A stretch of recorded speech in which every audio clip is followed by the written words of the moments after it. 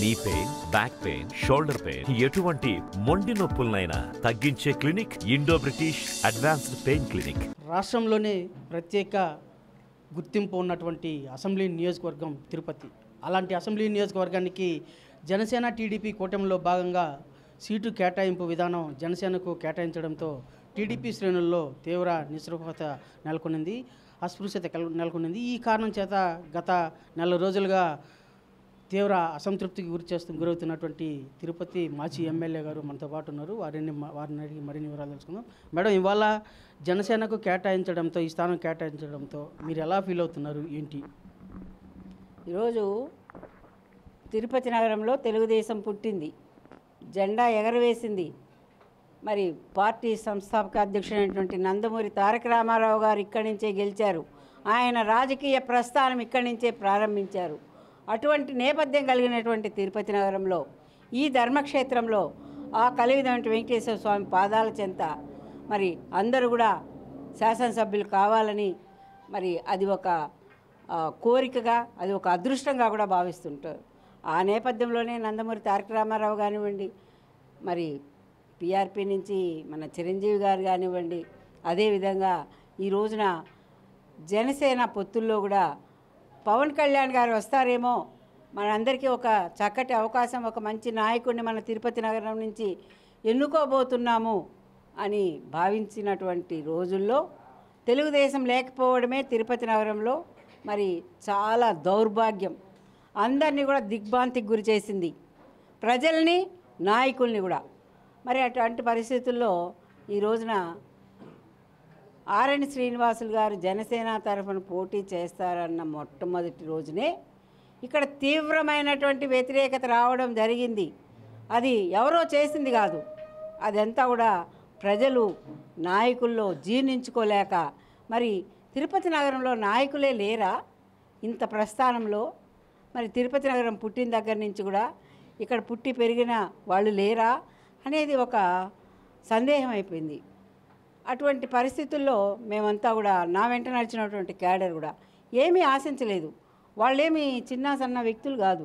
ఇప్పుడు దేవనారాయణ రెడ్డి తీసుకుందాం, వాళ్ళ నాన్న 2 సార్లు చైర్మన్, 2 సార్లు ఎమ్మెల్యే. తిరుపతి నగరంలో రామిరెడ్డి ఫ్యామిలీ అంటే ఒక ప్రత్యేకమైనటువంటి గుర్తింపు. అటువంటి ఫ్యామిలీ నుంచి వచ్చి తెలుగుదేశం పార్టీకి ఆకర్షితులై నా వెంట నడిచి తిరుపతి తెలుగుదేశం పార్టీ బలోపేతానికి అహర్నిశలు నడిచి 5 ఎలక్షన్లు చేసి, ఈ ఎలక్షన్లో మరి అధికార పక్షం పెట్టినటువంటి బాధలకి గురై ఈ రోజున మేమంతా నిలబడి మంచి అవకాశం కోసం 58 నెలలు కష్టపడ్డాం. ఇంకొక 50 రోజుల్లో మనకు మంచి రోజులు వస్తాయి, మనకు సుపరిపాలన అందిస్తారు, మనమందరం కూడా సుఖంగా ఉందాము, సంతోషంగా ఉందామన్న తరుణంలో మరి నోటికాడ అన్నం తీసేసినట్టుగా, వాళ్ళకి బంగారు పళ్ళెంలో పెట్టినట్టుగా ఉంది ఈ రోజున ఈనాటి పరిస్థితులు తిరుపతి నగరంలో చూస్తుంటే. తిరుపతిలోని నాయకుల మధ్య ఐక్యత లేని కారణంగానే ఇవాళ తిరుపతి సీటును జనసేన కేటాయించారనే వాదన వినిపిస్తుంది. అది ఎంత నిజం? ఇప్పుడు అనైక్యత అనేది అక్కడ ఎవరో ఇక్కడ యాస్పిరెంట్స్ అనేది అది కామను. ఇప్పుడు మా ఫ్యామిలీ తిరుపతి నగరంలో ఒక సీనియర్ రాజకీయ ఫ్యామిలీ, తర్వాత ఎవరైనా రావచ్చు. ఇప్పుడు నేను అనేది మా ఫ్యామిలీలో 70 సంవత్సరాలు, నాకు తర్వాత ఎవరైనా రావచ్చు, మా ఇంటి నుంచి రావచ్చు, వేరే ఇళ్ళ నుంచి రావచ్చు. ఇప్పుడు మన దేవా కొడుకున్నాడు, అదేవిధంగా ఇప్పుడు అభినయ్ రెడ్డి వచ్చాడు, కరుణాకర్ రెడ్డి కొడుకుగా, అట్లా ఎవరైనా రావచ్చు, ఎవరైనా ఆశావహులు ఉంటారు. అంత మాత్రంలోనే వాళ్ళ వల్లే నా సీటు కోల్పోయానడము పొరపాటు. నా పరిధి నాకుంది, నా యొక్క క్యాలిక్యులేషన్స్ నాకున్నాయి, నా యొక్క విలువ నాకుంది, నా పనితనం నాకుంది. అంతేగాని వాళ్ళు ఈరోజు యాస్పిరెంట్స్ కావచ్చు, వాళ్ళ పనితనం ఏంటో వాళ్ళు కూడా తెలుసు. ఇదంతా కూడా ఇరు పార్టీలకు తెలుసు. వీళ్ళంతా కూడా ఈరోజు మరి ఎవరైతే యాస్పిరెంట్స్ అంటున్నారో వాళ్ళందరూ కూడా ఎలక్షన్కి 6 నెలల ముందు వచ్చి, ఎలక్షన్లకు 6 ముందు వచ్చి మాకు సీటు కావాలని మేము దాదాపు ఇప్పటికి 4-5 ఎలక్షన్లు చూసాం ఇదే క్యాడర్ని. కాబట్టి వాళ్ళు అనేది వాళ్ళ వల్ల నా సీటు పోయిందనేది అది హాస్యాస్పదం. మేడం, ఇప్పుడు భవిష్యత్తు ప్రణాళిక ఏంటి మేడం? ఇవాళ జనసేనకి మీరు సపోర్ట్ చేస్తారా, లేదంటే ఏంటి పరిస్థితి? క్యాడర్కి మీరు ఏమైనా సమాధానం చెప్తారు? మా క్యాడరు ఎప్పుడు కూడా మేము క్రమశిక్షణ కలిగినటువంటి పార్టీ మాది. మేము 5 సంవత్సరాలు కూడా ఈ రోజున వైకాపాని ఎండగట్టాలి, వైకాపా ప్రభుత్వాన్ని పారదోలాలి అనే ఒక నినాదంతో, ఒక గొప్ప ఆశయంతో మేము ఈ 4-5 సంవత్సరాలు కూడా కష్టపడినాం. ఈ రోజున మరి ఈ తిరుపతికి నియమించినటువంటి అభ్యర్థులు, సీట్లు కేటాయించినటువంటి అభ్యర్థులుగా ప్రకటించబడినటువంటి అభ్యర్థులు అంతా వైకాపామయంగా ఉంది. అంటే ప్రజలు అనుకుంటున్నారు, నేను కాదు, ప్రజలు అనుకుంటున్నారు కూటమి అంటే బీజేపీ, జనసేన, తెలుగుదేశం, వైకాపానా అని అంటున్నారు ప్రజలు. మరి దీన్ని పునరాలోచన చేయాల్సిన అవసరం పార్టీ అధినాయకులకు ఉంది. మేము కోరేది ఒకటే, మేము తెలుగుదేశం పార్టీ ఇక్కడ టికెట్ లేకపోవడము, మరి రేపు రాబోయేటువంటి బ్యాలెట్ పేపర్లో సైకిల్ లేకపోవడమే చాలా దారుణమని భావిస్తున్నటువంటి రోజుల్లో మరి ఇక్కడ అభ్యర్థి కూడా లేనట్టుగా, గుర్తు లేదు, అభ్యర్థి లేదు, ఏ విధంగా గెలుస్తారండి తిరుపతిలో? మీరు ఆశించినటువంటి వ్యక్తులు, మీరు పెట్టినటువంటి అభ్యర్థులు. ఈరోజు ఆయన ఎంపీ గారు వచ్చారంటే గూడూరులో శాసనసభ్యుడిగా చేసి అక్కడ ఇతను అవినీతిపరుడు అని రెడ్ బుక్లో రాసుకున్నాము అని ప్రకటించినటువంటి వ్యక్తిని ఈరోజున ఎంపీ సీట్ ఇస్తున్నారు. ఇక్కడ ఉదయం వెళ్ళి కండువా కప్పుకుంటే సాయంత్రానికే సీట్ ఇస్తారా? ఏ పార్టీ అయినా కానివ్వండి. ఏమండి?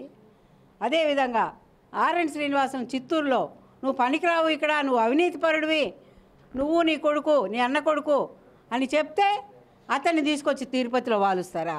తిరుపతి ఏమంత పనికి రాకుండా పోయిందా? తిరుపతి ఏమో నాయకులు లేని గుడ్డు పోయిందా ఈ తిరుపతి నగరము అని నేను ప్రశ్నిస్తున్నాను. కాబట్టి మేము కోరేది ఏమంటే, ఈరోజు మీరు శాంతి వచనాలు పలికిన దానికి నేను ఓకే, నేను శాంతే. కానీ నా వెనక నడిచినటువంటి క్యాడర్ కానివ్వండి, క్లస్టర్ ఇన్ఛార్జ్ కానివ్వండి, వాళ్ళైతే శాంతిగా లేరు. కాబట్టి మీరు పునరాలోచన చేసి వాళ్ళకు కూడా ఏం శాంతి వచనాలు పలుకుతారో వాళ్ళని కూడా పిలిచి, వాళ్ళని కూడా శాంతపరిచి, తెలుగుదేశం క్యాడర్ మీరు పని చేయండి అంటే మరి పని చేయడానికి మేమైతే వ్యతిరేకత కాదు.